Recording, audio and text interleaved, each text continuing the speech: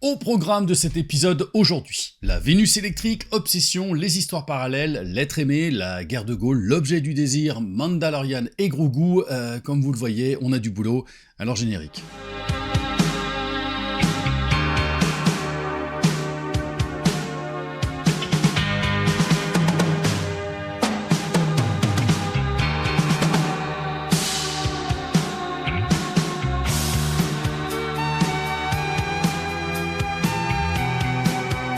Vous êtes bien dans un état critique, saison 2, épisode 12. Un mois de mai chargé, donc Cannes a couronné, Canal+ a menacé, encore des disparus, et on a quand même trouvé le temps d'aller au Cinoche. Alors on vous raconte tout ça avec l'actu du mois, le box-office, le film vintage et nos récos à voir, à lire ou à écouter. Avec moi, Christophe du site Critique d'un passionné qui est ici. Salut Christophe. Bonjour tout le monde.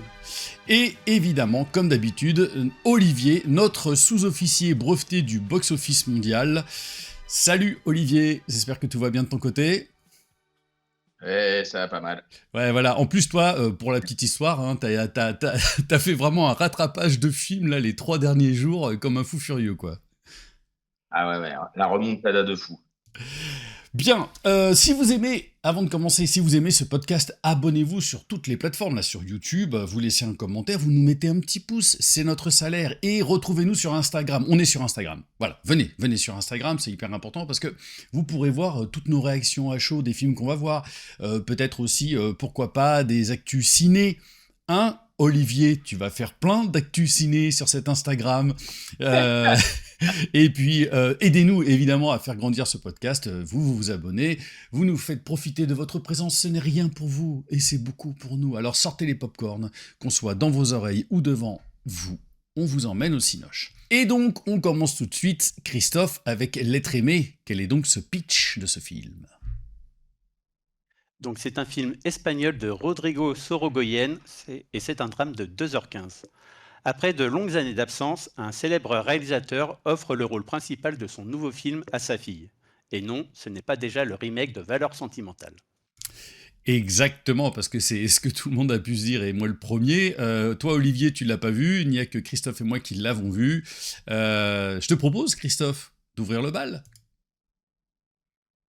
Oui, alors moi j'attendais énormément ce film parce que Rodrigo Sorogoyen, c'est un de mes réalisateurs préférés du moment, et je vous en avais parlé avec sa série Los Anos Nuevos qui était sortie en début d'année.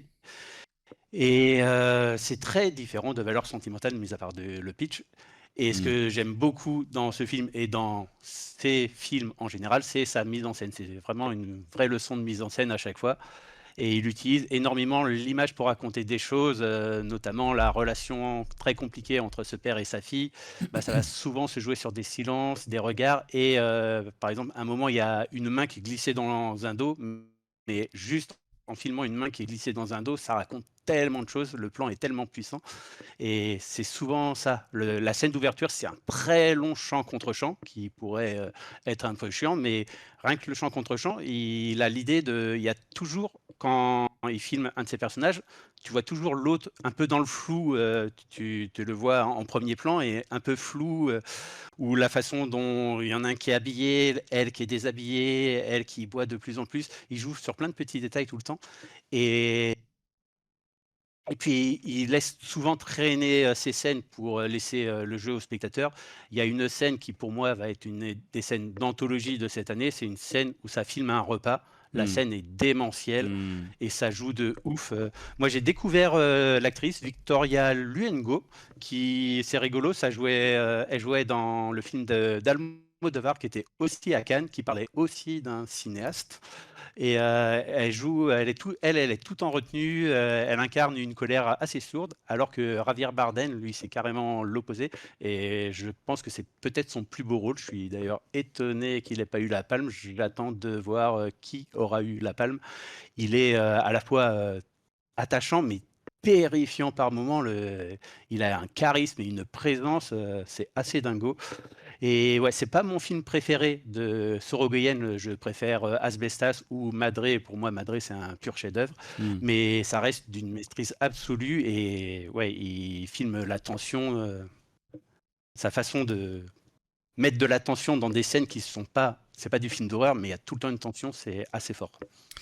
Je vais pas rajouter beaucoup plus de choses que toi, parce que tu as dit quand même, je pense, véritablement le principal. C'est vrai que la première scène est déjà très forte dans le moindre détail, et puis de la manière dont elle boit, elle de son côté, et lui, à juste un moment, alors c'est vraiment au tout début du film, hein, elle sort, et puis il prend son verre, et tu sens qu'il sent juste le verre d'alcool, et on apprend...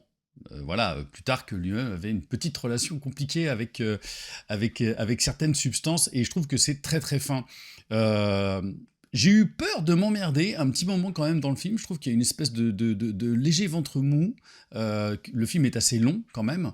Je crois qu'effectivement, tu disais il y a un seul film qui était en dessous de 2h15, ou de 2 heures dans notre Ouais, sélection. ce mois-ci, c'est assez dingo.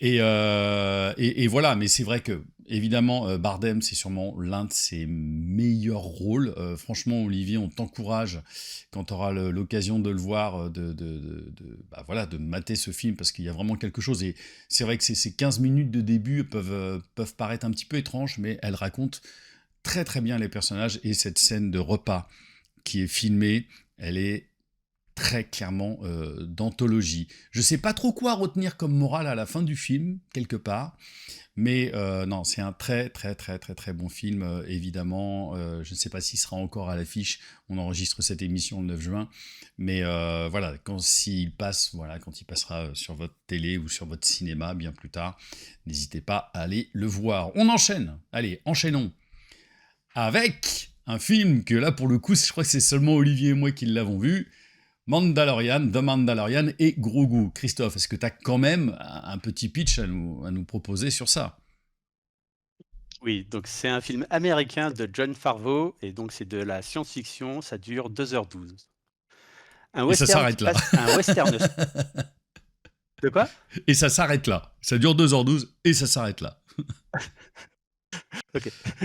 Donc c'est un western spatial où Pedro Pascal, qui a du charisme même avec un casque, passe son temps à dire « c'est la voix », pendant qu'un bébé trop mignon bouffe n'importe quoi et fait des caprices cosmiques. Résultat, pendant que Mando sauve la galaxie avec classe, Grogu vole la vedette en clignant des yeux. Olivier, je te laisse commencer avec ce Mando. Tu as sûrement certaines choses à dire. Alors déjà, première chose, je vais rebondir sur ce que vient de dire Christophe. Grogu, il vole pas du tout la vedette parce que il a quasi zéro utilité pendant 3 quarts du film. Alors, il a un arc pendant Donc, un quart d'heure quand même. voilà, ah bah tu vois, un quart d'heure, il a un arc. C'est ça, exact. Non, mais quand on sort quand on sort du film, la première chose qui saute aux yeux, c'est, enfin, en tout cas, la première question qu'on se pose, c'est quelle est la plus-value d'avoir fait un film? Pourquoi pas avoir fait un film pour clore quelque chose en mettant, je dirais, encore plus de moyens qu'il y en a pour la série, un truc ultra spectaculaire, chiadé, voilà. Ce qui fait même la différence entre un film, malgré tout, et une très bonne série. Là, la plus-value, elle est zéro. En fait, c'est 2 épisodes mis à la suite et encore pas les meilleurs. Euh, et c'est assez découpé comme ça. Hein. Lilian me contredira peut-être pas. Il y a presque une première histoire et Ouais, une ouais. deuxième histoire, même si ça se suit, hein, évidemment. Mais voilà, Euh, c'est pas d'un intérêt extraordinaire, autant dans ce que ça raconte, parce qu'alors, il y a zéro scénario. En fait, c'est un peu une succession de scènes qui tiennent à peine les unes derrière les autres. Voilà, on va faire une scène et puis on enchaîne sur un autre truc. Bah, c'est le truc habituel, mais encore moins bien fait que d'habitude. Voilà, ils ont fait un premier truc, ils prennent leur vaisseau, ils se retrouvent ailleurs et ainsi de suite, comme ça pendant 2h12. Moi, la grosse faiblesse, c'est la réalisation de Jon Favreau. C'est fade, c'est sans âme. Là, pour le coup, on sera peut-être pas d'accord, mais moi, c'est ce qui pêchait déjà même si c'était fun, mais c'est ce qui pêchait déjà pour moi dans le premier Iron Man. Pour moi, Favreau, c'est pas un grand réalisateur. Il y a une réelle différence entre le 1 et le 2 d'Iron Man et le 3, où il y a un vrai mec qui raconte quelque chose derrière. Même, je parle en tant que réalisateur. Euh, Voilà, donc ça n'a pas d'intérêt, à part peut-être pour des gamins. Moi, je sais que je serais allé voir ça quand j'avais 10 ans. J'aurais kiffé, hein. Comme on a kiffé le Retour du Jedi où il y avait les Ewoks, quoi. Et c'est vrai que maintenant, avec le recul, on se dit un peu, oui, c'est peut-être pas, en tout cas, la Peut-être pas le partie meilleur. avec les Ewoks, c'est pas ce qu'ils ont fait de plus intéressant, même ne serait-ce que dans la première Star Wars, voilà. Euh, Ce qui prouve bien, ça a été critiqué, évidemment sur le scénar, mais qu'au moins un film comme le dernier Jedi, il avait de la gueule. Là, non seulement c'est pas très intéressant, mais en plus le film a pas de la gueule, quoi. Donc c'est vraiment un intérêt très très limité. Ça fait le job en tant que film familial, mais c'est peut-être trop là le côté familial justement. Ouais, là je suis pas tout à fait d'accord avec toi, c'est que la première partie du film est quand même bien réalisée, il y a vraiment une sensation de gigantisme au tout début, là, les attaques, la première attaque de Mando, elle a quand même de la gueule, je trouve, franchement. Moi, j'ai vraiment bien aimé, je me suis dit, oh putain, ça part pas mal, parce que les actions, elles sont bien, enfin, j'avais trouvé que le début était bien, mais en fait, tout le reste, je suis complètement d'accord, parce que c'est vide, il n'y a aucune plus-value, ça nous raconte. Bah voilà, enfin, t'aurais pu avoir autre chose que des quêtes de jeux vidéo à l'intérieur de ce Mando. Alors, voir Rota, je crois que c'est ça, le fils de Jabba the Hutt, Oui. bodybuilder qui se bat dans une cage de MMA. De base, je dis pourquoi pas, mais ça fait un petit peu camoulox, hein, comme diraient les autres. C'est pas très très bien. Et la deuxième partie, bon, après, il y a quand même 2-3 choses que j'aime bien dans le film. Ça reste un truc divertissant. Sigourney Weaver, tu la mets, tu l'enlèves, c'est pareil. Et il y a quand même une toute petite direction artistique quand ils vont dans la ville là, qui fait un petit peu Blade Runner. Il y a un truc. La Ouais. musique de Ludwig Göransson, je trouve qu'elle est pas déconnante. Ah bah, Ouais, moi j'ai vraiment bien évidemment, elle est aimé. magnifique. Pardon ? C'est un Elle est point fort de la magnifique. série, sa musique. Oui, oui, c'est un point fort de la série, sa musique. Mais même sur cette planète un petit peu chelou là, il met une musique un peu électro qu'on n'a jamais vraiment bien entendue dans Star Wars en dehors de l'univers d'Andorre, hein, je parle, parce qu'il y a vraiment une scène de danse dans la saison 2 d'Andorre qui est extraordinaire musicalement. Voilà, ça peut être effectivement, comme tu dis Olivier, ce divertissement que quand on est jeune, on fait « Ah bah c'est cool ». Et puis bah après, l'univers Star Wars au cinéma. C'est l'année prochaine que ça sort le film avec Ryan Gosling ? Ouais, c'est ça. Bon, on verra bien. Allez, enchaînons.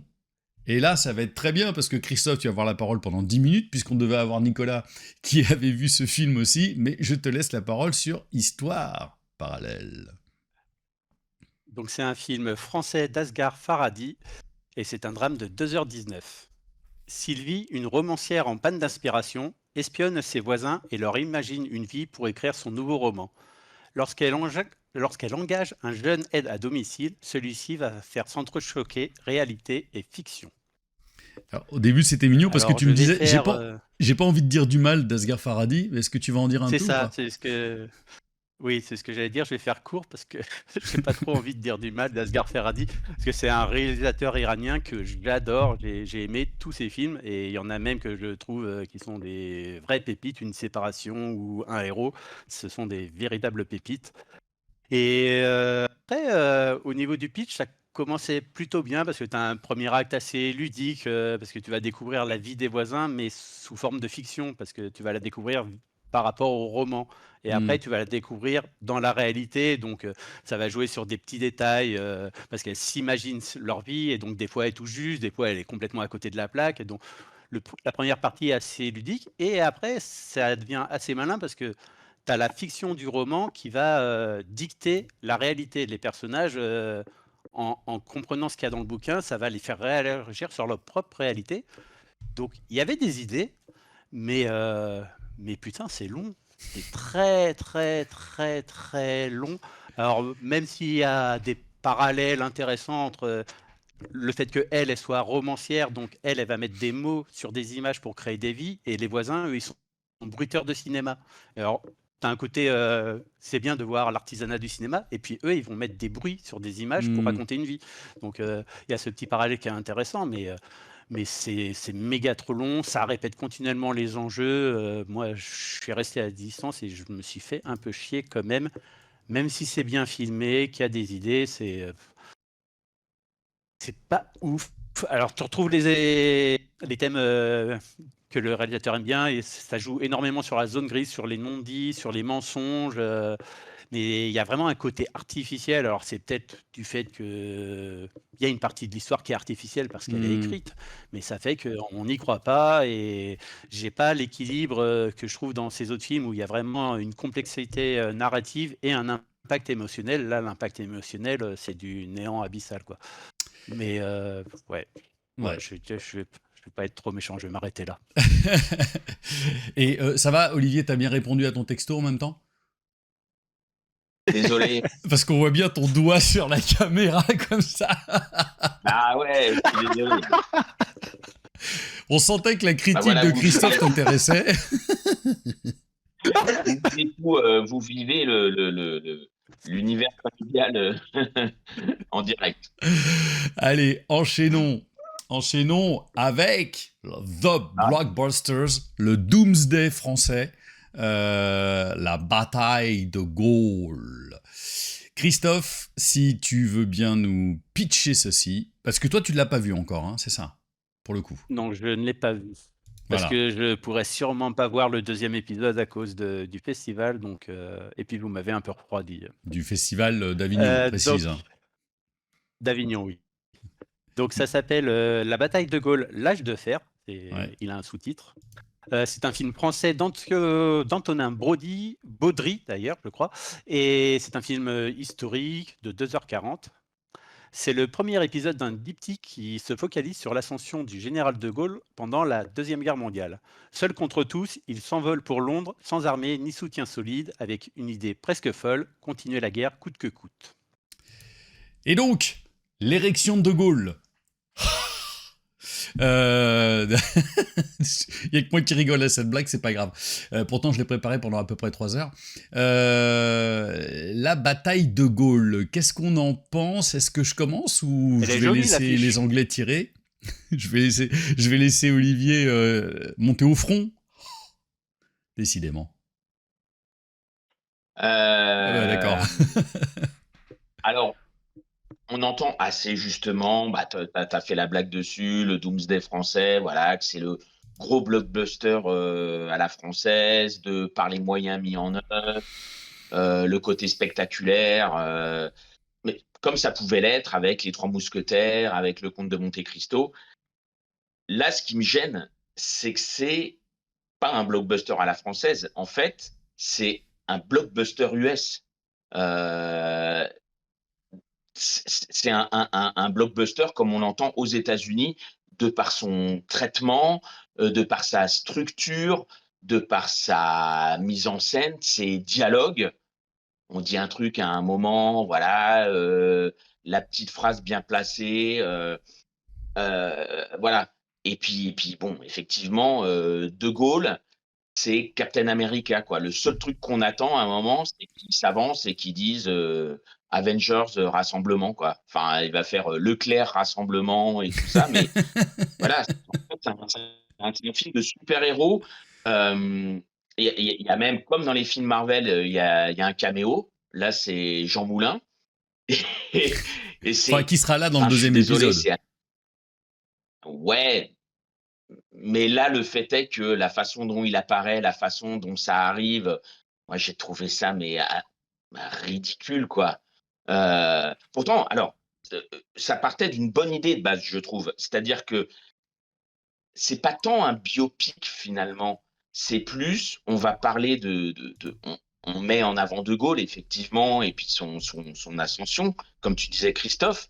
Mais finalement, il n'est qu'une partie de cette grande histoire qui est la Seconde Guerre mondiale, et on fait des parallèles avec des plus petites histoires. Voilà, et c'est les histoires avec un petit H dans la grande histoire avec un grand H.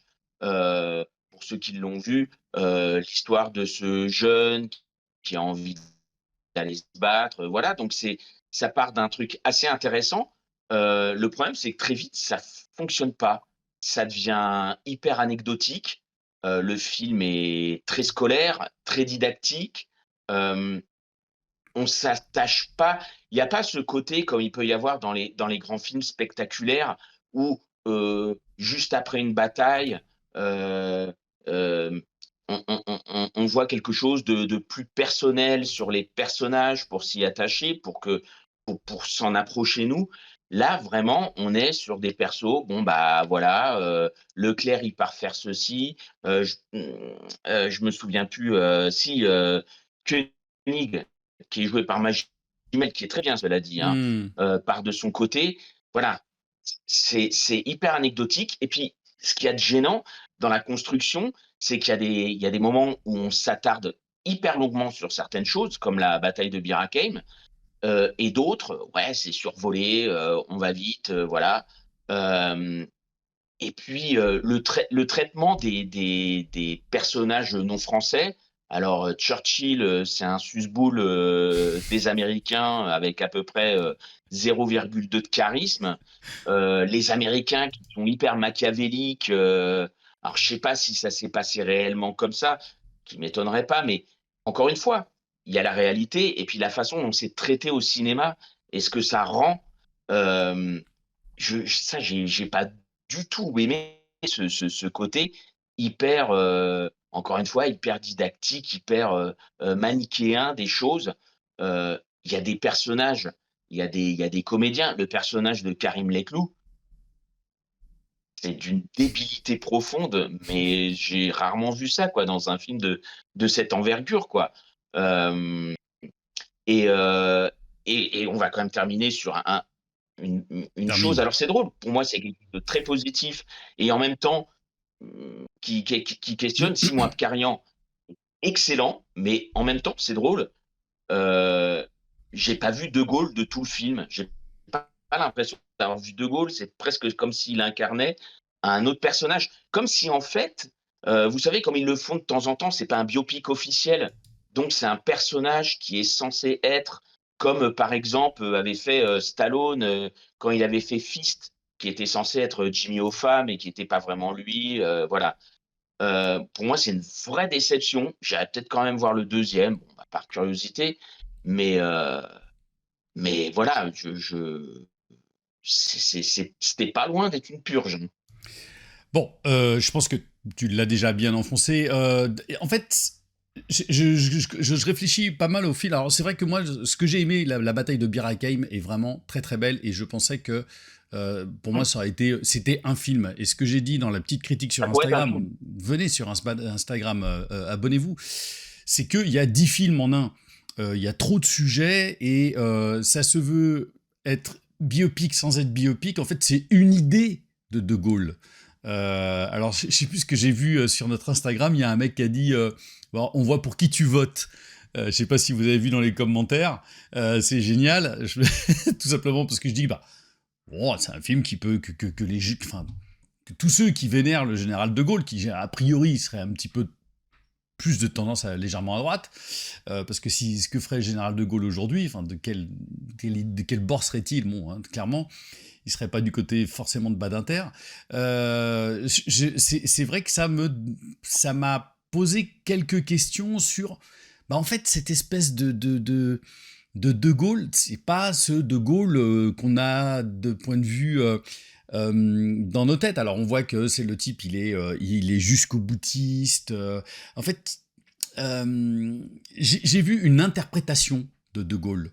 J'ai pas vu effectivement De Gaulle. Donc c'est hyper intéressant parce que de toute façon, tous les films ne sont pas les films sont des interprétations, même quand on va jouer un personnage. Et comme tu le dis aussi, Olivier, enfin à chaque fois il y a une interprétation derrière. On a parlé des biopics le mois dernier, le biopic aussi par exemple encore une fois de le Rocketman, c'est une interprétation d'Elton John quelque part. C'est pas Elton John. Évidemment, on peut jamais reproduire une vérité.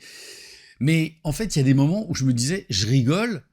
dans le film, et je sais pas si c'est voulu de rigoler. Et d'autant plus que cette histoire en parallèle, et qui est vraie, hein, sur l'histoire aussi du jeune qui on va rien spoiler, hein, mais bon, c'est historique, par sa confrontation par rapport à Kassovitz.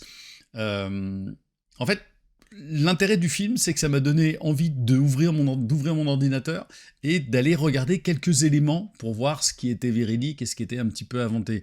Donc voilà, et c'est vrai qu'effectivement, comme tu dis, les personnages secondaires, Churchill, qui est à la fois, comme tu dis, si merveilleusement le susboule des Américains, et le mec qui est très content simplement de voir les Français se faire sacrifier, et De Gaulle aussi. Tu vois, parce que faites surtout qu'ils n'abandonnent pas, quoi. Faites surtout qu'ils ne se rendent pas, que tout le monde soit sacrifié par rapport à Bir Hakeim. Voilà, après, évidemment, sur le traitement, je vais rien rajouter. C'est très blockbuster américain, c'est très...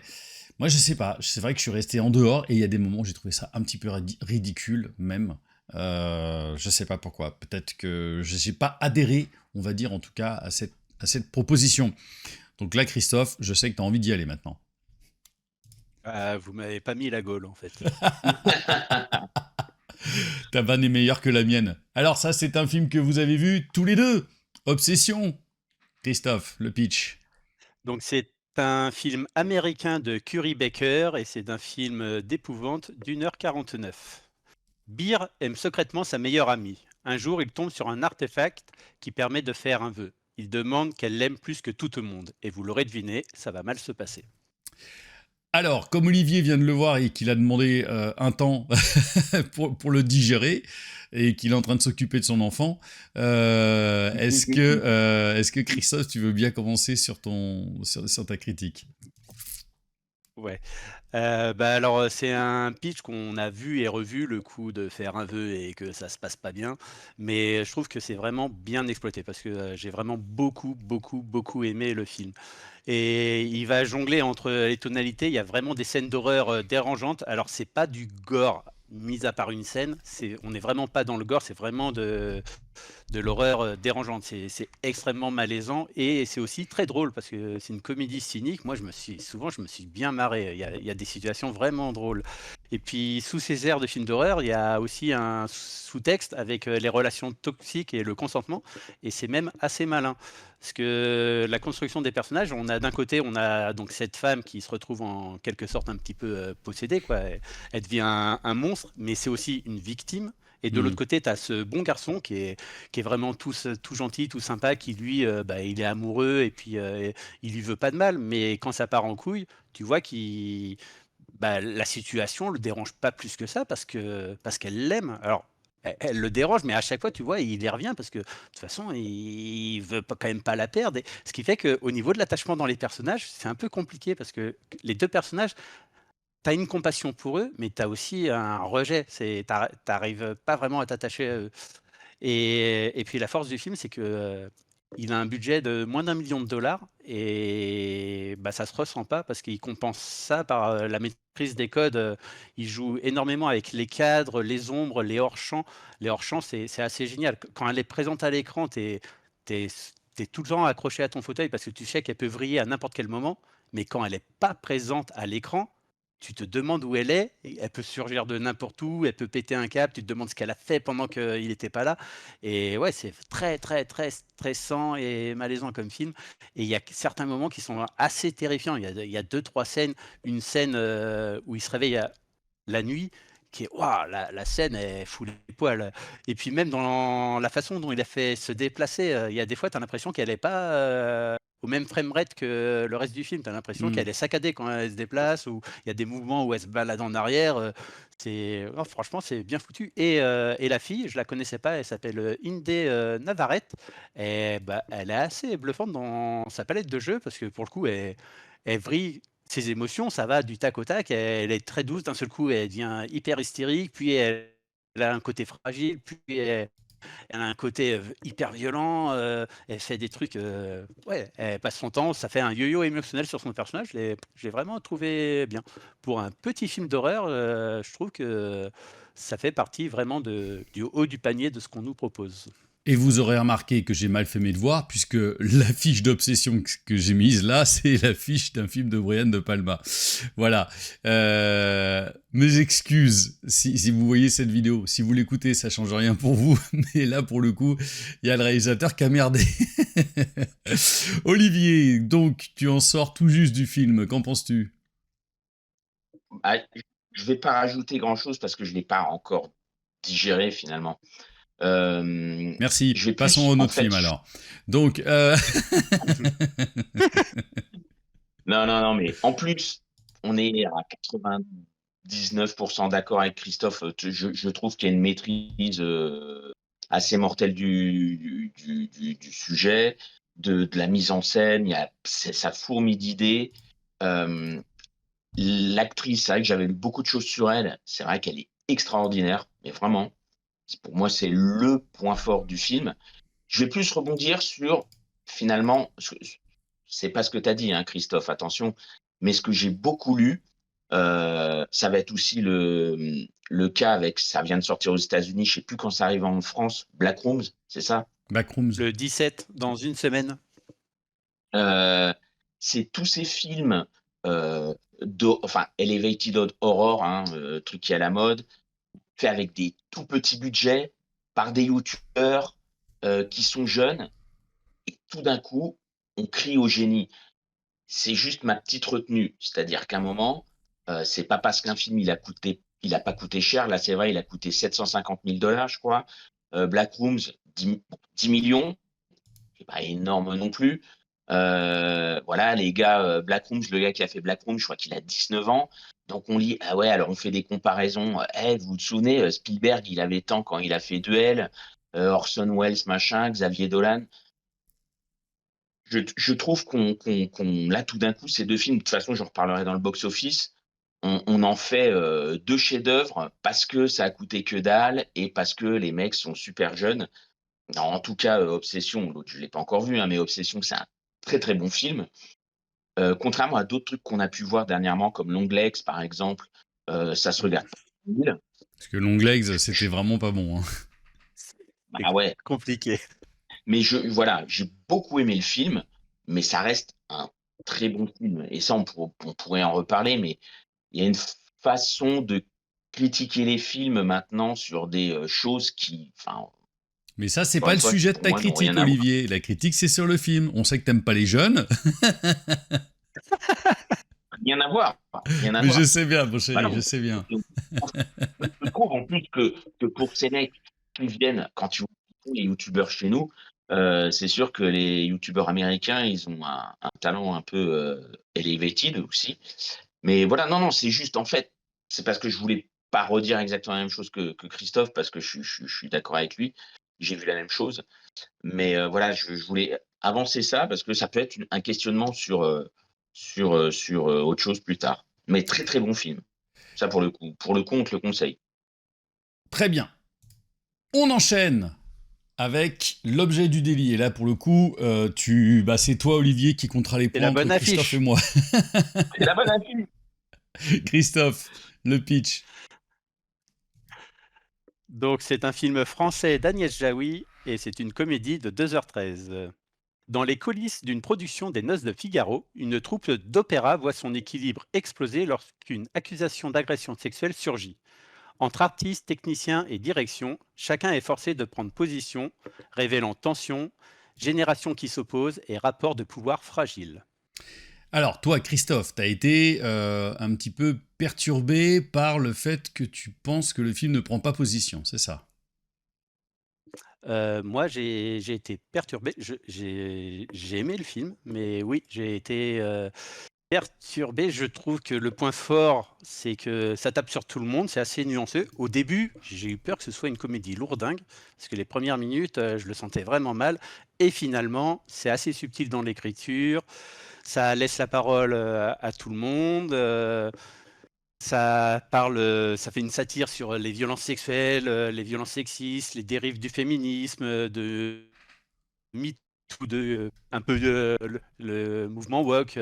Et globalement, oui, ça ça prend pas vraiment parti et c'est vrai que ça me gêne un petit peu de mettre, un peu tout le monde sous le même plan et pire que ça, moi, c'est parce que si c'était juste ça, ça irait, mais moi je trouve que ça a une forme de compassion envers, les comportements masculins et problématiques et là, ça me gêne pas mal. Sur la fin, j'avais l'impression que le discours, c'était un peu celui du tonton gênant, qui faisait: «Ouais, mais bon, ça va, j'ai juste dit qu'elle est bonne et je lui ai mis une main au cul», On mais peut pas dire et ça. ouais, comme disait Bakri, on ne sent pas le cul des femmes, sauf quand elles le demandent, quoi. Et puis c'est long, 2h13, il y a des effets qui se répètent un peu, tout ce qui tourne autour, des phallus géants qui servent dans le décor avec, bah, ils savent pas quoi en faire, c'est où bah, on les met où, ces bites? Oui, c'est drôle le premier coup, mais je pense que la blague, elle revient, 6 ou 7 fois dans le film. Il y avait pas besoin et pour moi, ça aurait dû être un peu plus resserré et ouais, c'est vrai que je suis un peu gêné. Je vois pas, en fait, où elle veut aller avec le truc. Alors, Alors, on ne j'aurais sent pas aimé... les culs, hein, on ne sent pas les culs tout court, pardon. On sent pas Pas les que ceux culs. des femmes. Oui, j'ai rajouté, les femmes parce que, vu qu'il y a un discours, vraiment féministe dans le film.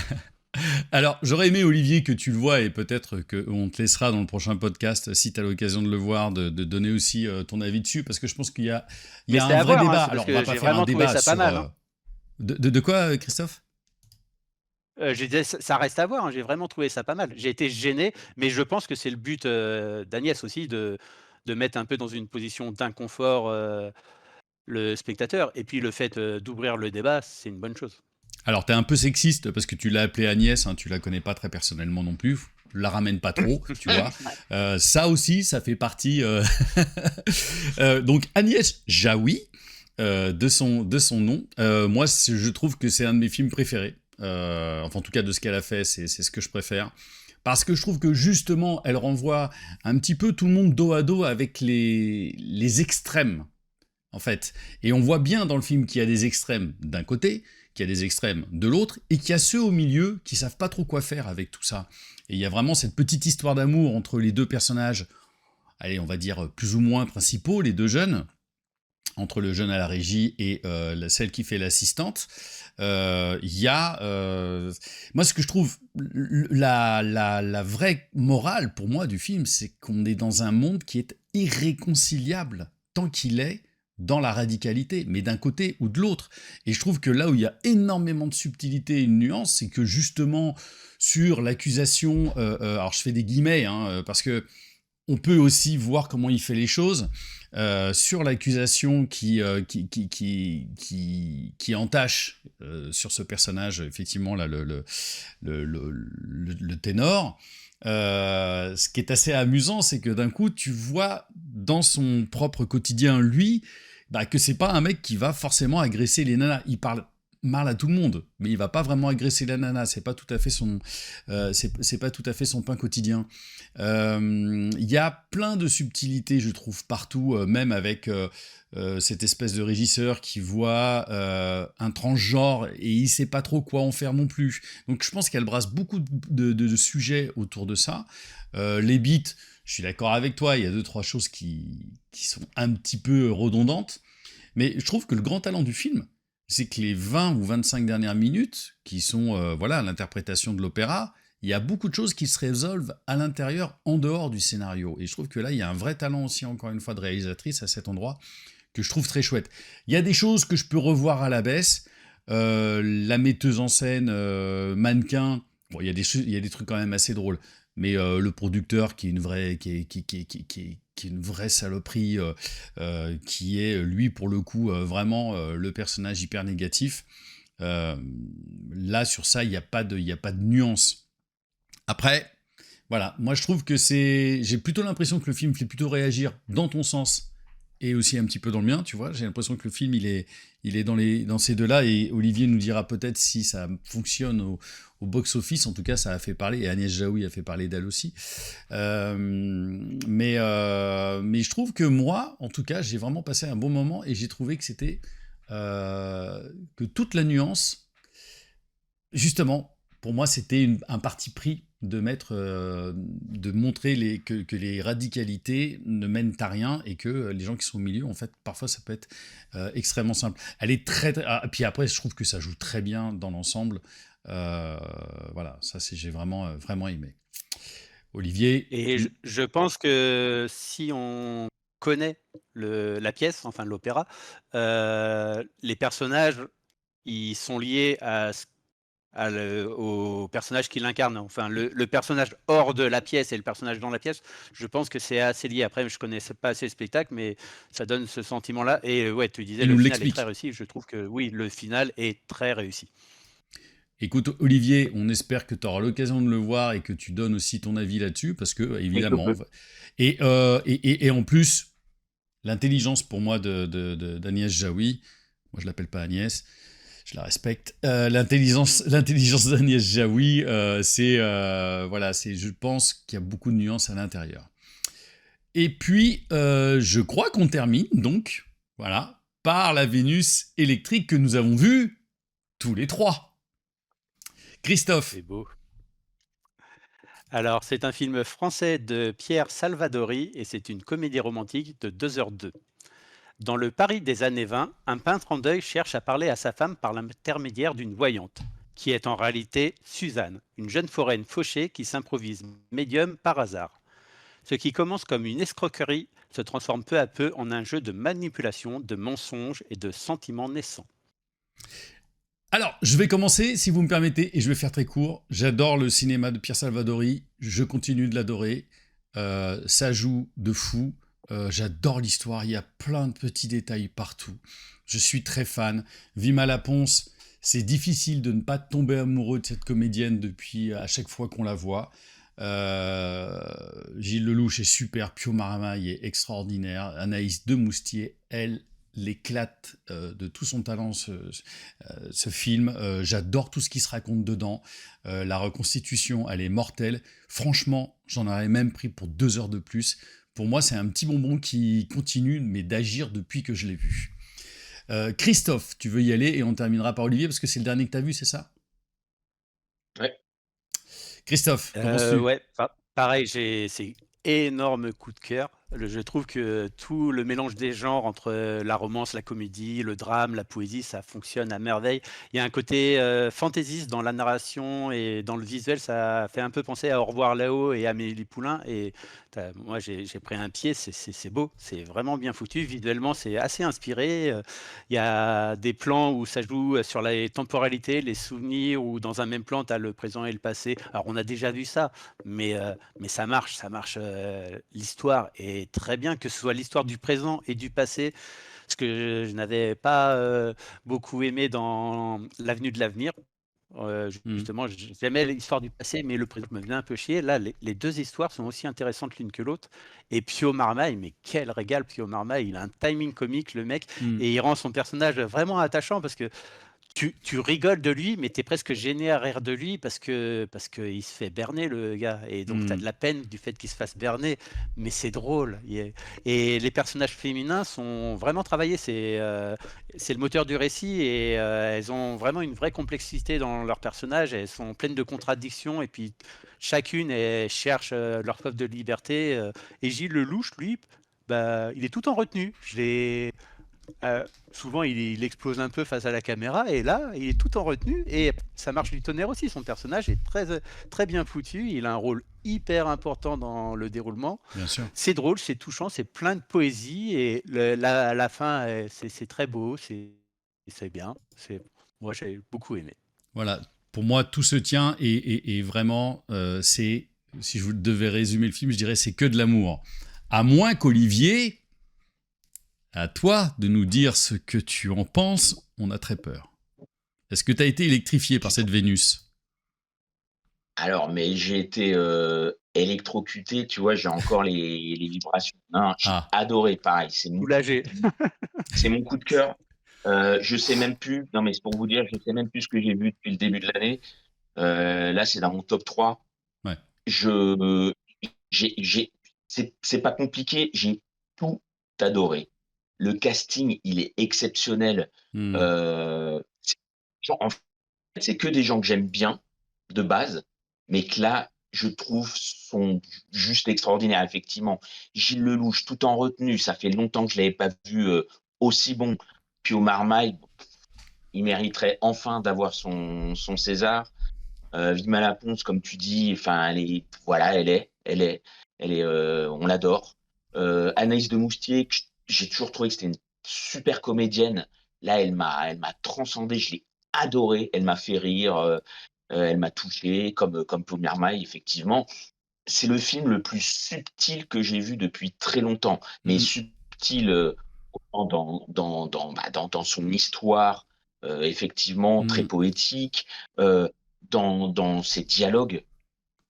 Les dialogues sont extraordinaires, dans sa mise en scène, même dans son montage. Je trouve que même le montage est subtil. Et puis, côté, c'est du théâtre. C'est du théâtre, c'est un vaudeville. Égrené de drame, mais c'est un vaudeville. D'ailleurs, pareil, je veux pas spoiler, mais il y a vraiment un truc quand le générique commence. Voilà. Et puis, il y a ce côté Roméo et Juliette. La fin, c'est Roméo et Juliette. C'est génial.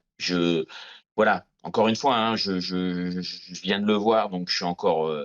J'ai pas le recul pour réellement faire une critique un peu poussée, mais c'est juste ça. Voilà. Moi, j'ai pris une dose, une super dose d'électricité. Ils m'ont tous électrifié. Je suis fan de Salvadori aussi, hein, mais là, là, Pour moi, c'est son mis meilleur film. mais au trait. J'ai adoré. Ouais. Bah, je suis très content. Voilà, j'ai bien fait de le mettre à la fin, comme ça on est vraiment tous les trois. Bon, déjà, c'est le seul film qu'on a vu véritablement tous les trois. Mais je suis très content qu'on soit tous hyper emballés par ce film. Et tu nous diras peut-être tout à l'heure, Olivier, si ça a fonctionné, si ça fonctionne ou pas. En tout cas, voilà, ça a été un vrai plaisir pour tous les trois. Et ça, c'est très, très chouette. On va donc maintenant passer à la suite, avant de passer au box-office. On va parler un petit peu d'actu. Je vais vous demander de réagir aussi à cette actualité. D'abord, sur Cannes, qui a rendu son verdict, hein, la Palme d'Or pour Fjord, Christian Mungiu, avec Renate Reins. Essaye de le dire, Christophe, pour voir. Tu pourras la voir dans Black Rooms la semaine prochaine, le petit film d'horreur dont on parlait, elle joue dedans. Vous dites Black Room, c'est Back Room. Ah, c'est Backrooms. C'est Backroom. C'est Backrooms même. Effectivement, et il y a Sébastien Stan. Donc Christian Mungiu avait déjà gagné avec 4 mois, 3 semaines et 2 jours. Donc sur un film un film sur le couple qui déménage dans un fjord norvégien, qui se heurte à une vision du monde qui n'est pas tout à fait la leur. Bon, on n'a pas vu le film, mais est-ce que ça nous donne envie ? Est-ce qu'il y a quelque chose qui, par rapport aux films qui ont gagné, qui ont été récompensés, est-ce qu'il y a des choses sur lesquelles vous voulez réagir rapidement, Olivier ? Très très rapidement. Moi, sa précédente Palme d'Or, très sincèrement, il y avait un truc, mais en même temps, je m'étais un peu fait chier. Il y avait ce côté autorisant qui me dérange de temps en temps. Après, là, la thématique, le casting me fait très envie, et toute la polémique qu'il y a autour. Est-ce que c'est un film plus de gauche, ou pour le coup limite facho? On l'a beaucoup lu. Ça me donne envie. Christophe ? Après, Non plus. Comme Olivier, moi, le casting, le sujet m'intéressait déjà très fortement quand on avait fait la petite émission. Je disais que c'était une de mes priorités de la sélection. Donc le fait qu'il ait la palme, bah ouais, ça me hype un petit peu plus. Après, moi, le fait que Rodrigo ait rien eu, au niveau de la mise en scène ou du jeu de Javier Bardem, ça me fait un peu chier. Le reste, j'ai pas vu les films, donc difficile. Histoire parallèle n'a rien eu, mais bon, je suis pas étonné. Mais le reste, j'ai pas vu, donc je peux pas trop juger. Est-ce que vous voulez dire un petit mot sur la petite news aussi, puisque Cannes a été aussi un petit peu bouleversé par quelque chose, hein, sur le collectif zapper Bolloré, je vais voir la tête d'Olivier sourire, qui a publié une tribune le 11 mai avec 600 professionnels, dont Juliette Binoche, entre autres, hein, qui dénonçant l'emprise grandissante de l'extrême droite dans le cinéma via l'actionnaire de référence, Vincent Bolloré. Timing parfait pour faire parler et timing parfait pour se faire mordre aussi, puisque Maxime Saada, donc le patron de Canal+, a annoncé à Cannes qu'il travaillerait plus avec les signataires. Je crois que ce qu'il a dit, j'ai pas envie de travailler avec des gens qui me traitent de crypto-fasciste. C'est donc une réponse très diplomatique, hein, bien évidemment. Résultat immédiat, 3460 signatures au lieu de 600. Ça, c'est une vraie communication de crise.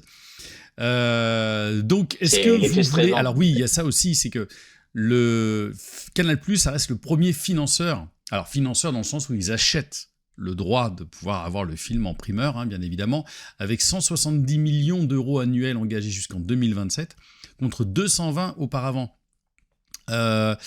Donc en gros, déjà, ils rognent un petit peu sur le chèque, et au début des films, c'est non plus avec la participation de Canal+, je sais pas si vous avez vu ça, c'est avec le soutien essentiel de Canal+ au générique.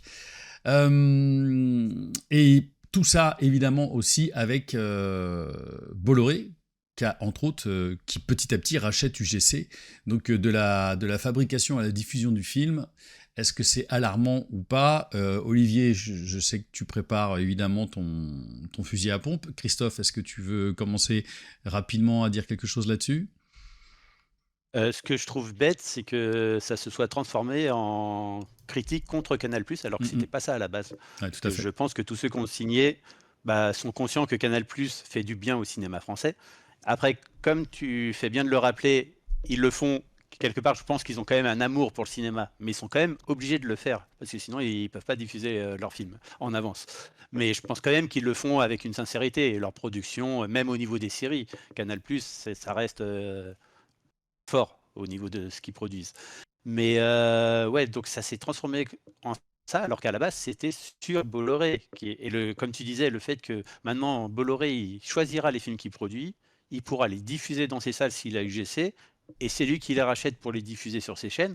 À un moment, tu as la vie d'un film du début à la fin, ça devient compliqué. Et même aux États-Unis, tu n'as pas le droit. Un exploitant de salle et une chaîne de cinéma peuvent pas. Ouais, tu peux pas, ouais. Peuvent pas être les mêmes. Et ouais, et donc le fait que le débat ait été dévié, je trouve ça bête, parce que ça peut créer un gros souci.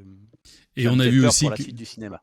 On a vu qu'il y en a quelques-uns, comme Jean-Pascal Zadi, qui a vite fait remis un petit peu les trucs dans sa poche. Non, mais j'ai pas lu en fait ce que j'ai, parce qu'il s'est fait un petit peu cartonner par Canal+. Tu sens le petit coup de fil de l'agent en lui disant Jean-Pascal, tu peux, s'il te plaît, faire le même rôle que Winston Churchill dans la bataille de Gaulle, s'il te plaît. Olivier ? Ah ouais, déjà, oui, effectivement, Zadig. En même temps, pourquoi il va passer maintenant un tocard puissance 10 je sais pas s'il a bien fait. Mais effectivement, non, je rejoins ce que dit Christophe. Le truc, c'est que et à juste titre, les signataires parlaient de Bolloré. Et c'est vrai qu'on voit ce qu'il a fait à travers la presse et à travers les médias télévisuels. On peut se poser la question, et c'est ce qu'ils font. Moi, je l'ai lu, le texte. Ils sont pas en train de pointer du doigt comme ça et dire Canal+. Déjà, c'est pas Canal+, c'est Bolloré. Et ils sont pas en train de pointer du doigt comme ça. Ils sont juste ils disent, quand on voit ce qu'il a fait avec les journaux et la télé, on peut se poser les questions une fois qu'il aura UGC. Et effectivement, il y a quand même des metteurs en scène. Il y a eu Christophe Honoré, puis je sais plus trop qui raconte comment effectivement déjà Bolloré choisissait ses sujets en disant non, là le truc de gaucho ou le truc de PD on prend pas. Oui, on peut se poser des questions, quoi, c'est sûr.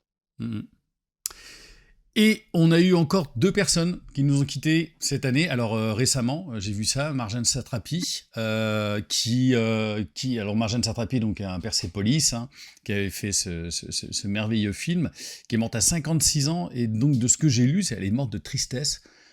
Je crois qu'elle a perdu son compagnon il y a 1 an, quelque chose comme ça. Et donc, c'est quand même assez impressionnant. Un mot sur Marjane Satrapi, qui avait aussi des positions très engagées. Je me rappelle je crois, c'est pas, ça doit être un post Instagram, un truc comme ça, où elle avait démonté Sandrine Rousseau d'une puissance mais stratosphérique. Ce qui ne l'empêche de toute façon toujours pas d'ouvrir sa gueule, l'autre là. Mais un petit mot, Persépolis, est-ce qu'il y a, en tant que cinéaste aussi, qu'est-ce que vous voulez dire, Christophe? Alors moi, bah, je vais parler d'un film qu'elle a fait, que j'avais découvert et qui était assez dingo avec Ryan Reynolds, je sais pas si vous avez vu, The Voice. Oui, Ouais, oui. Et ça part en sucette. C'est totalement délirant. il parlait C'est, comme ça. comédie, un peu horrifique, un peu thriller. C'est assez nawak et ça m'a fait vraiment rire et voilà, je vais garder ce souvenir-là. Olivier, un mot? Oui, bah, c'était une. Bah, alors, au-delà de la cinéaste, c'est vrai que Persepolis, ça reste extraordinaire. Euh, ouais, c'était une femme de conviction et j'allais plutôt dans le sens de ses convictions. Puis la façon dont elle est partie, effectivement, à 56 ans, c'est, c'est, c'est dur. C'est dur quand même. Et puis, la deuxième disparition, je ne sais pas si elle est passée sous les radars, mais alors c'est vrai que j'y suis sensible, puisque Marcia Lucas, la femme de George Lucas, est morte le 27 mai d'un cancer. Elle avait 80 ans, elle était monteuse. Et c'est elle qui a sauvé un peu Star Wars dans la salle de montage. C'est elle qui a proposé la mort d'Obi-Wan, qu'elle a convaincu George Lucas de garder le baiser pour la chance avant la traversée du gouffre. Et donc elle est morte, je crois, au moment où Mandalorian et Grogu est sorti en salle. On va dire que le calendrier a de l'humour noir. Et j'y suis assez sensible parce que on voit beaucoup dans la BD dans les 2 BD qui sont sortis sur les guerres de Lucas. Elle est très présente et voilà, ça m'a fait un écho un petit peu fort ce décès. Si vous étiez au courant, Et tu me l'apprends. voilà. Eh Alors moi, bien, j'avais voilà. entendu qu'elle était morte, mais son histoire, par rapport à Star Wars, je savais pas qu'elle avait autant travaillé sur Star Wars. Ouais, ouais, elle avait Bah, ayant énormément lu, travaillé. Ouais, ouais. et- ayant lu enfin, je suis en train de d'ailleurs, et étant en train de lire les BD, effectivement, on voit à quel point son rôle a été important sur la guerre des étoiles. J'adore encore dire la guerre des étoiles. Et, et même sur ce qui est devenu la franchise, quoi. Non, non, moi, je savais pas. Bah, Et d'ailleurs, Reco avant la Reco, les 2 tomes de Laurent Hopman et de Ronan Roche au scénario. Laurent Hopman, c'est lui qui a fait les dessins donc sur les guerres de Lucas. Alors, il y a des choses extraordinaire. qu'on sait, voilà, parce qu'on est des gros fans de la guerre des étoiles, et donc il y a des choses qu'on sait. Mais même s'il y a des choses qu'on sait, il y a plein de petites choses qu'on sait pas. Et je trouve que t'es d'accord avec moi, Olivier, c'est vraiment génial. Ah, j'adore. C'est vraiment. J'adore quand j'ai du mal à m'en sortir quand je suis dessus, quoi. Voilà, donc ça peut être effectivement une réco avant la réco, mais avant tout ça, avant le film vintage, on a notre ami Olivier qui va nous parler, j'ai pas encore un jingle, mais je le ferai bientôt, le box-office, qu'est-ce qui a marché en France, qu'est-ce qui marche dans le monde. Box office. Alors, on va commencer, on est chauvin, on va commencer par la France. Puis comme on a toujours commencé comme ça, voilà. On va reparler, parce que c'est sans fin, hein, on va continuer à parler de Michael, qui est toujours très haut, hein. Il a du mal à perdre son public. Je pense qu'il y a des gens qui y vont, qui y revont. On Du est verbe pour le revont. moment à 5 millions de spectateurs. Pour le moment, il est toujours derrière le Marsupilami et Mario. Ça fait 3 M. C'est juste, ça n'a aucun intérêt, mais voilà.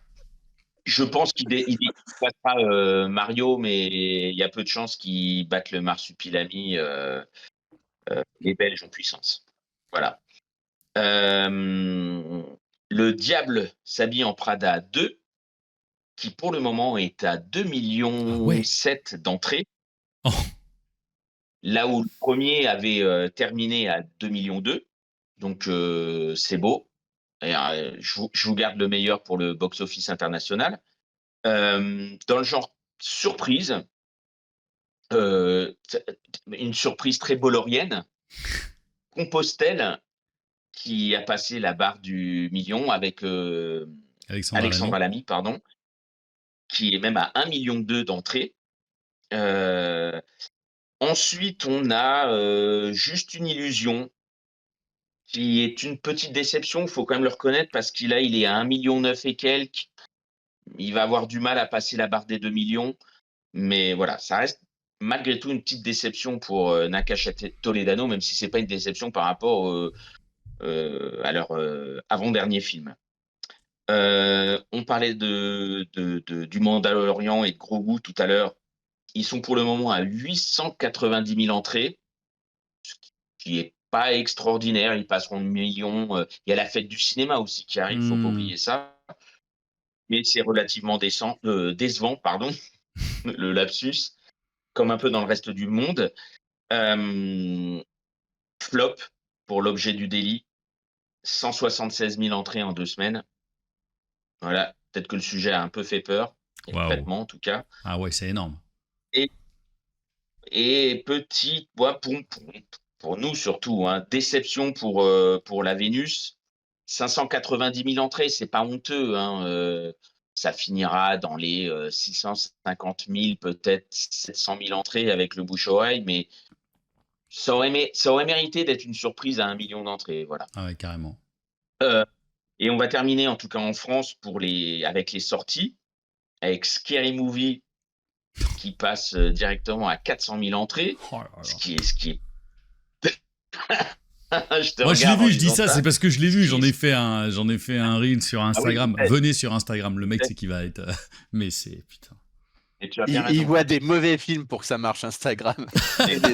Ouais, au début même le reel que je voulais faire, le reel que je voulais faire à la base, c'est que je voulais me mettre au fond, gueuler comme ça et dire non Christophe, j'en ai marre d'aller voir des films de merde, tout ça pour faire du clic à pute et tout ça, du putaclic je veux dire. Donc franchement j'en ai plein le fion, j'arrête d'aller voir ces conneries, j'abandonne.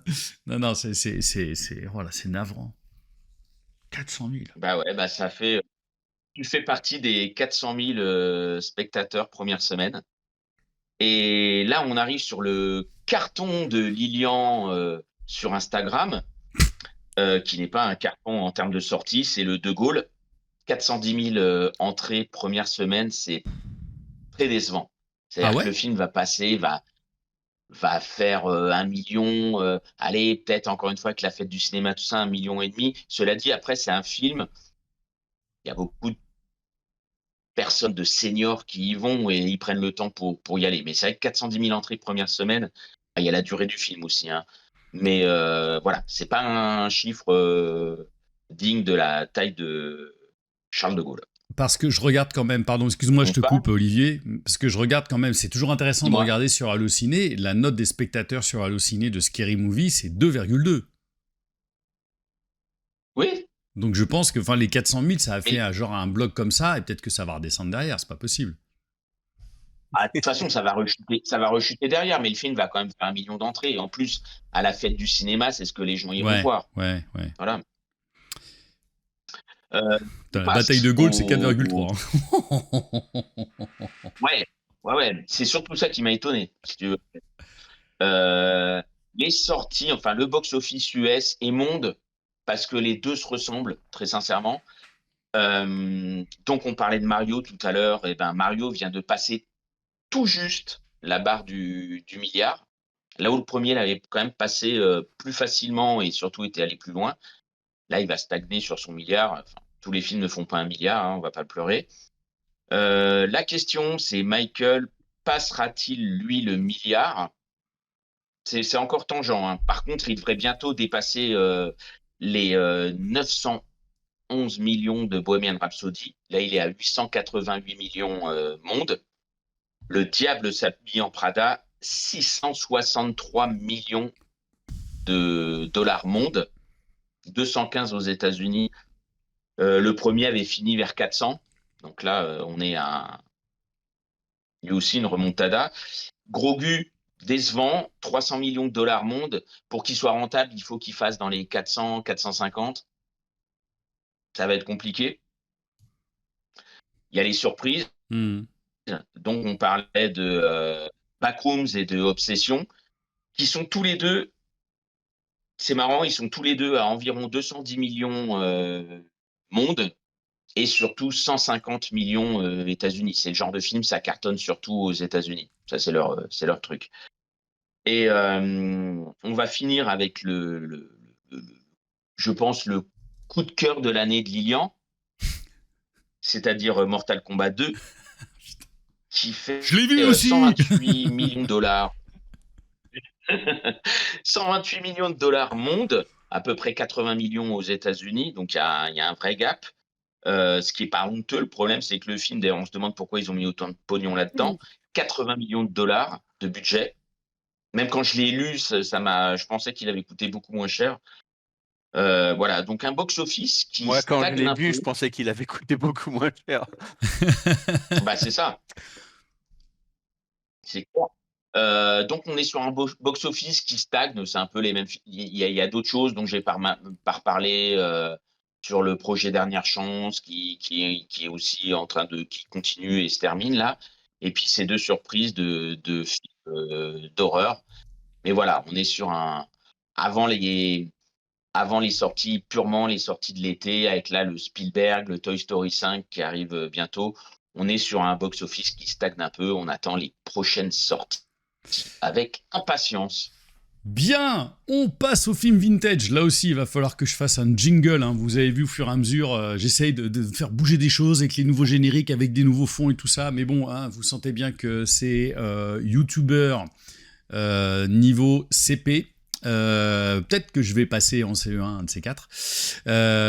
Christophe qui nous a proposé de revenir un petit peu dans le passé, puisque c'est sa critique vintage à lui. On va faire un pas de côté, puisque on va parler donc des Diaboliques de Clouseau 1955, c'est bien ça. Hop, ça va. Ah, c'est la bonne affiche ça. Là. C'est la bonne affiche. Ah, t'as pas mis. T'as pas mis Sharon Stone, ça va. Sharon Stone et Adjani, ça va.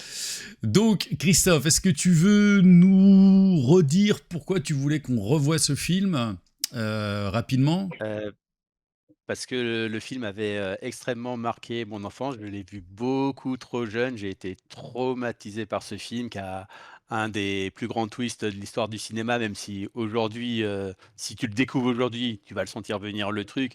Mais j'imagine qu'à l'époque, découvrir ça en salle, où moi, je devais avoir 10 ans quand j'ai découvert ça. Ah ouais, le final, moi, ça m'a choqué de chez choqué. Et puis, il y a ce côté Hitchcock que j'aime beaucoup. Hitchcock, il fait partie de ceux qui m'ont fait aimer le cinéma et tu retrouves vraiment tout ce qui fait le cinéma d'Hitchcock dedans. Et ça a été produit avant pas mal de films d'Hitchcock, finalement, quand tu regardes. Et donc, en fait, il n'a pas vraiment pompé Hitchcock. Et ouais, non, pour son ambiance, pour tout le souvenir que ça m'a laissé sur mon enfance. Voilà, je voulais remettre ça. Et puis pour le coup, là, c'est vraiment vintage. Olivier, est-ce que tu as pu le revoir déjà ? Oui, tout à fait. Alors, qu'est-ce qui t'en reste ? Alors, j'en avais un très fort souvenir, un peu comme Christophe, je pense, parce que voilà, c'est le genre de film que mes parents m'ont montré quand j'étais gamin, parce que mon père adorait. Mec, j'ai peur et m'enferme dans une armoire parce que j'avais pas terminé. Tiens, bah tu sais, moi mes parents ils m'ont forcé à regarder L'Exorciste, c'était super cool, voilà, pour fêter une bonne note à la maison. Non, c'est plus fort que ça, c'est-à-dire qu'ils m'autorisaient à regarder ce genre de film. Et après, on s'est découvert et il me disait, bah, tu vois, quand on te disait que c'était pas de ton âge, t'aurais dû nous écouter. C'est plus ça. Voilà. Avec le recul, alors, déjà, ça fait longtemps que j'avais pas vu un Clouseau, mais dans mon souvenir, pour moi, c'est pas le meilleur Clouseau, hein. Il y a quand même des trucs comme Le Corbeau, L'Assassin Vito 21, qui est des orfèvres ou Le Salaire de la peur, que je trouve bien meilleur. Avec le recul, en tant que cinéphile, pour moi, c'est pas le meilleur Clouseau. Voilà.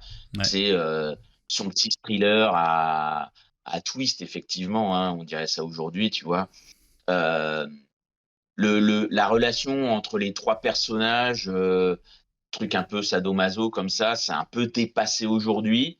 Quant au casting, alors Signoret, toujours exceptionnel, Paul Meurice, Vera Clouseau, je me souvenais pas à ce point-là que c'était vraiment pas une grande actrice. Hein. Non, il fait jouer sa femme. Ouais, tu sens qu'il a mis sa femme. Hein. Voilà, c'est pas quand elle est face à à Simone Signoret, c'est un peu le jour et la nuit. Hein. Mais bon, ça, il y a quand même malgré tout, ça a beau avoir donc 55, 70 ans, enfin 70 ans le film. Ça fonctionne toujours autant. Effectivement, il y a ce côté très Hitchcockien. Alors 55, ouais, Hitchcock, il avait quand même fait beaucoup de films. Hein. Il avait fait La Corde, enfin tout ça, quoi. Mais voilà, ça fonctionne toujours. Le suspense tient jusqu'au bout. Effectivement, il y a ce twist. Je m'en souvenais plus. En fait, il m'est revenu petit à petit. Voilà, ça reste un très bon film. Encore une fois, on est en France, on est en 1955. Clouzot, tu sens que Clouzot est un grand réalisateur. Non, je me suis pas embêté et je me suis pas dit ouais, le truc il est complètement passé. Hein. Non, ça reste d'une qualité plus. Hein. Voilà. Moi, c'est un film que j'avais revu durant le confinement. Donc c'est drôle, je l'avais encore un petit peu. Je l'avais encore un petit peu en tête. Je signe tout ce que tu dis, Olivier, y compris sur Vera Clouseau, parce que je sais pas pourquoi. Il y a quelque chose qui me sortait un petit peu à certains moments. Après, effectivement, c'est hyper bien réalisé. Je trouve que c'est même un cinéma d'une époque où genre le plan séquence remplaçait plutôt le jump scare. Voilà. Et encore une fois, en fait, alors au-delà du twist, bien évidemment que j'avais encore en tête. Bon, il y a des twists, c'est drôle parce que finalement j'ai repensé au film de David Fincher, Gone Girl. Ouais. Par rapport à l'histoire du twist, évidemment si vous ne l'avez pas vu, on ne va pas vous le révéler. Mais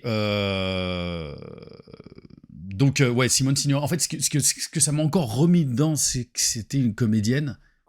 Mais enfin, je pense que je pense qu'on n'a pas mesuré à quel point Simone Signoret c'était une comédienne gigantesque, quoi. Parce que elle a pas besoin de bouger un sourcil pour faire peur ou quoi que ce soit. Elle est incroyable.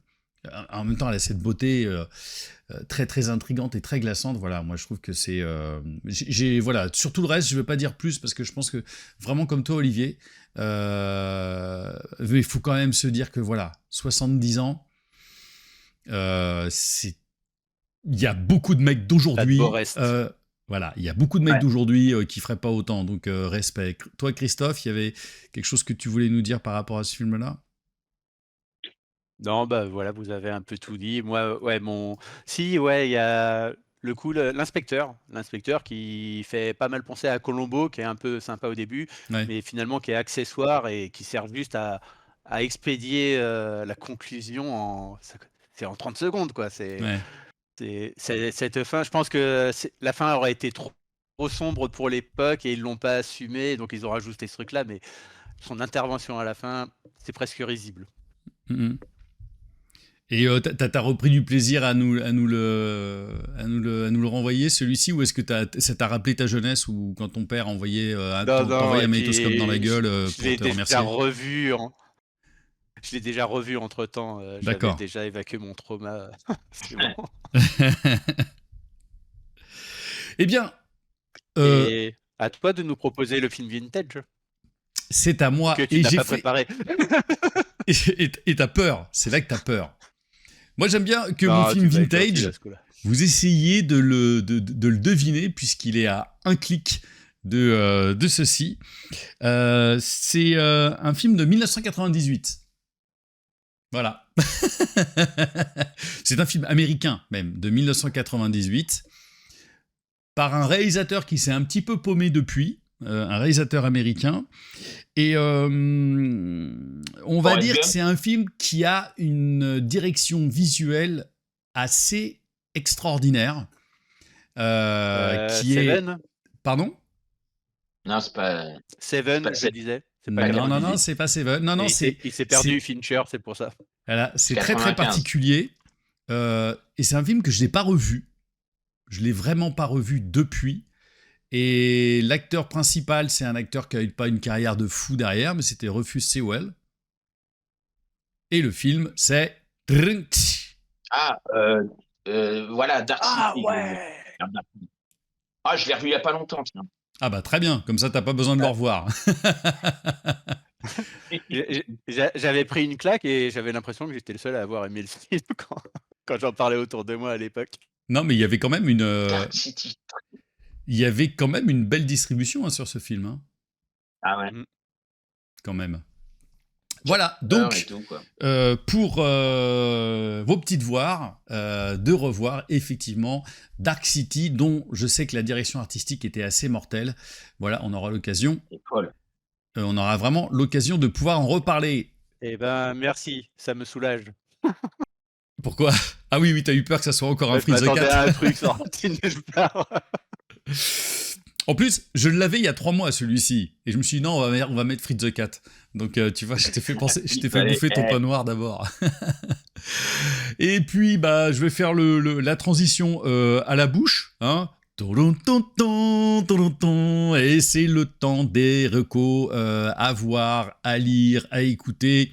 Christophe, alors Olivier, je sais pas parce que tu ne m'as pas envoyé la petite chose que j'avais demandé à m'envoyer. Mais Christophe, il va nous parler de sa recommandation tout de suite, puisque elle apparaît pas là. Et ben, tu vois, et en fait... Ah, c'est parce que tu voulais de... Ah bah non, mais tu vois, je l'avais même pas mise en fait dans mon diaporama, voilà. Donc j'ai mal. Le réalisateur fait vraiment très très mal le boulot aujourd'hui. On va le virer, Magnéto Serge.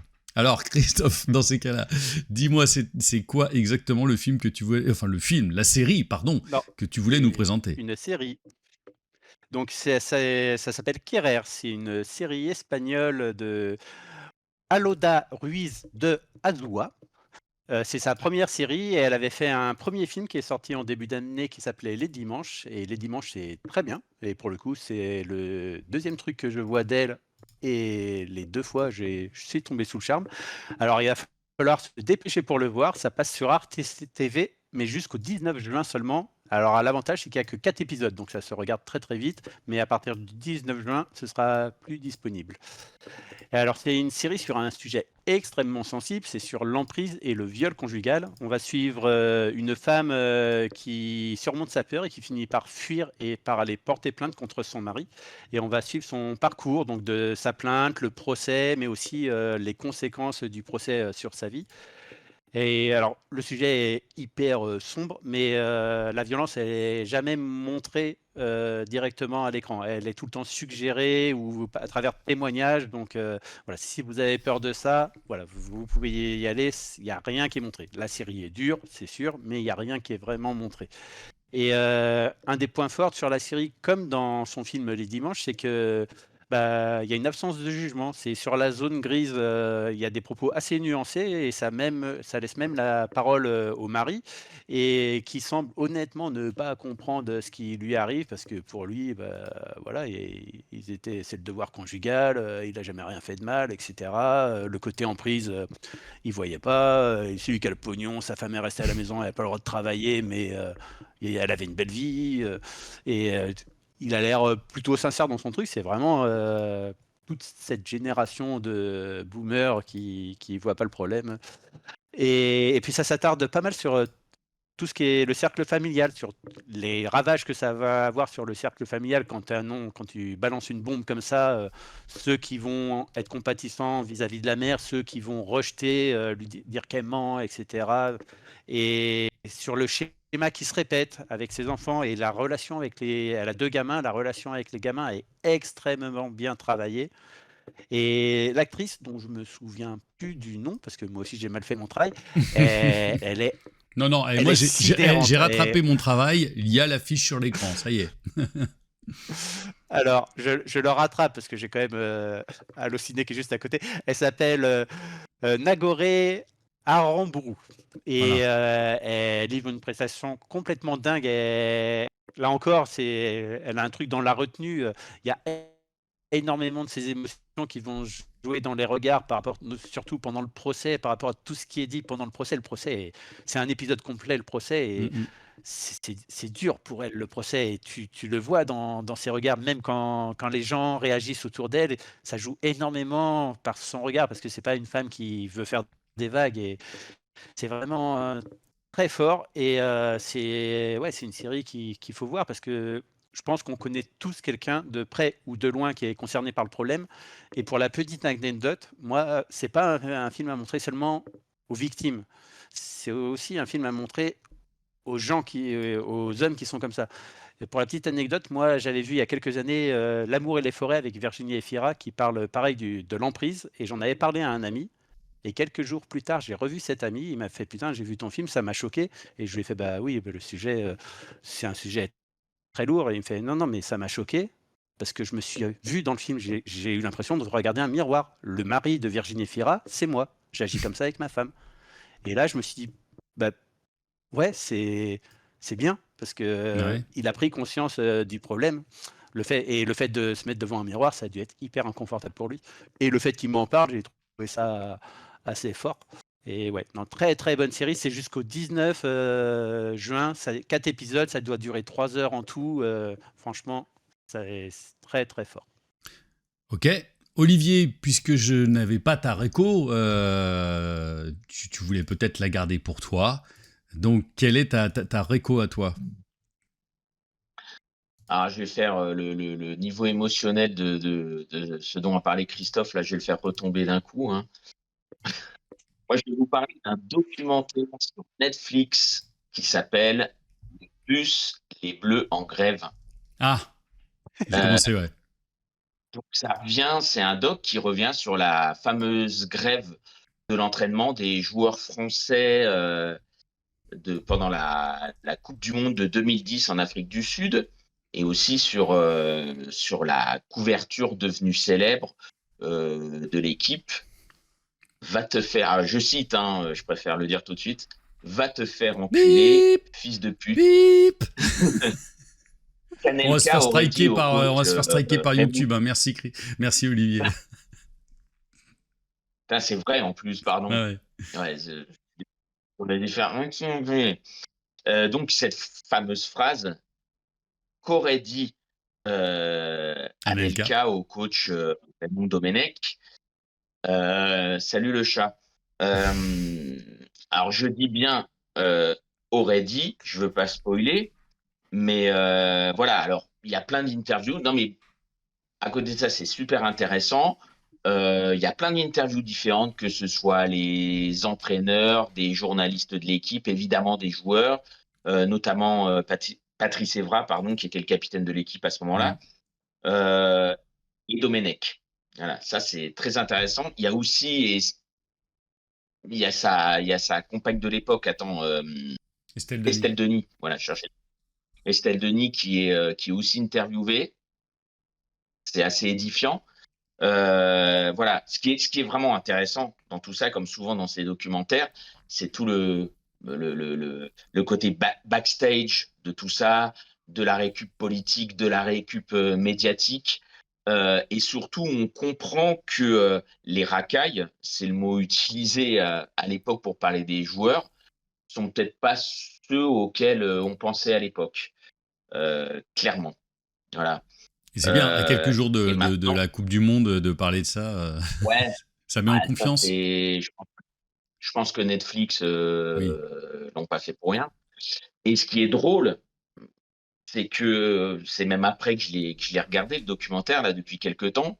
Si vous avez l'occasion de le voir, c'est que Domenech dit que Netflix l'a piégé, que le montage fait que je vous assure que ce qu'il dit lui-même, le gars, en fait, le gars, tu as l'impression qu'il est Asperger, quoi.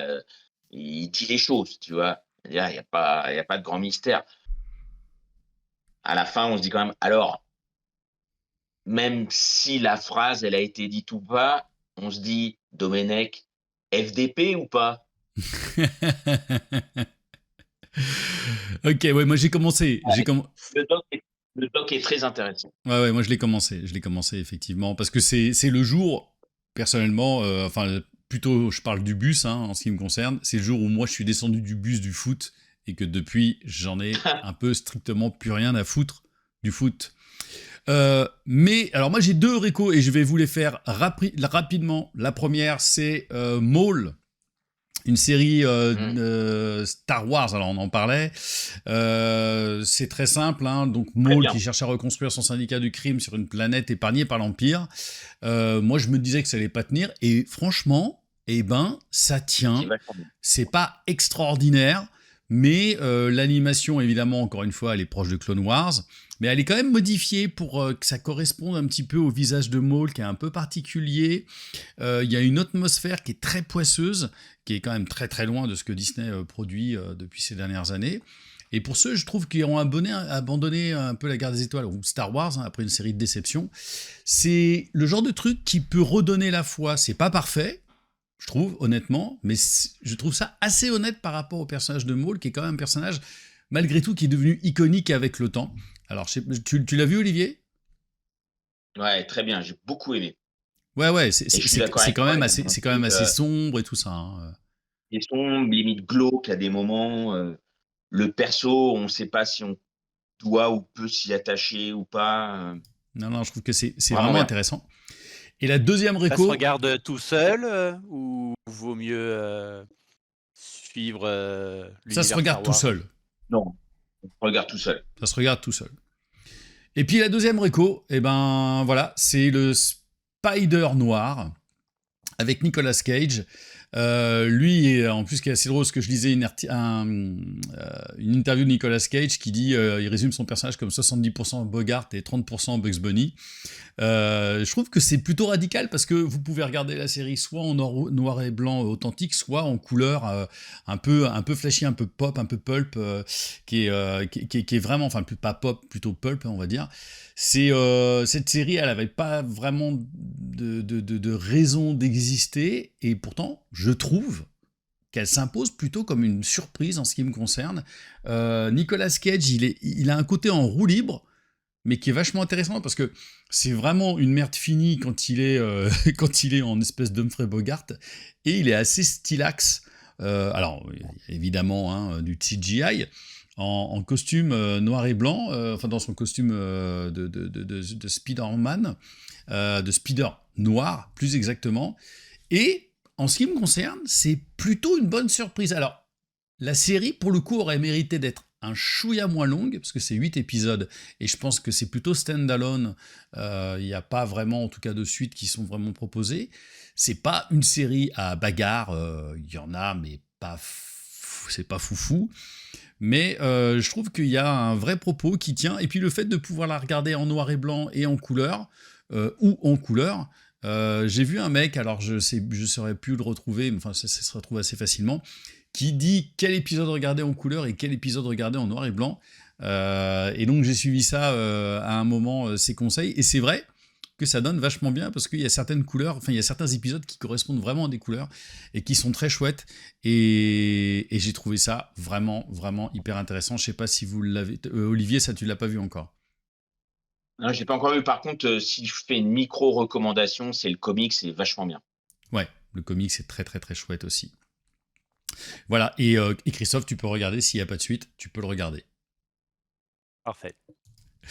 Voilà, les amis, on en est à notre heure et demie d'émission. Voilà, maintenant on a décidé de faire la petite heure et demie d'émission. Donc, bien sûr, hein, dites-nous en commentaire ici ou autre part, partout où vous nous entendrez, partout où vous nous verrez. Dites-nous, je sais que je vais redoubler mon CP en tant que réalisateur d'émissions de podcast, ça c'est pas très grave. Voilà, j'espère que ça vous aura plu. Merci Olivier, merci Christophe. Eh ben, merci à vous. Ouais, Olivier, c'est bien que tu aies pu rattraper ces quelques films au dernier moment. Il nous a fait un marathon, Olivier, pour les bienfaits du podcast. Ouais, exactement. Et puis, on va se retrouver. Alors, on va en discuter aussi, bien sûr, entre nous, parce qu'il y a quand même des grosses sorties là, qui arrivent durant ce mois de juin. Et il y a le Festival d'Avignon aussi qui va arriver pour Christophe, où il va être en sous-marin sur... T'as combien de pièces de prévues à voir ? Une soixantaine. Une soixantaine de pièces. Donc on verra si on fait effectivement un épisode aussi ensemble sur le Festival d'Avignon, peut-être à la fin ou peut-être au milieu, je verrai ça avec toi, parce qu'en ce qui me concerne, je ne sais pas si j'y serai de mon côté, mais bon, il faut qu'on en papote. Et si on a le temps de se retrouver d'ici la fin du mois pour essayer de parler des 2-3 grosses sorties qu'il y a eu, eh ben on essaiera de vous faire un petit épisode bonus avant le mois de juillet. Merci les amis, on se retrouve tout bientôt voilà, pour un prochain épisode. Et comme d'habitude, bien sûr, on finit, nous, dans un état critique. Merci les amis d'avoir été là, on vous souhaite de vous faire de bonnes toiles. Ciao.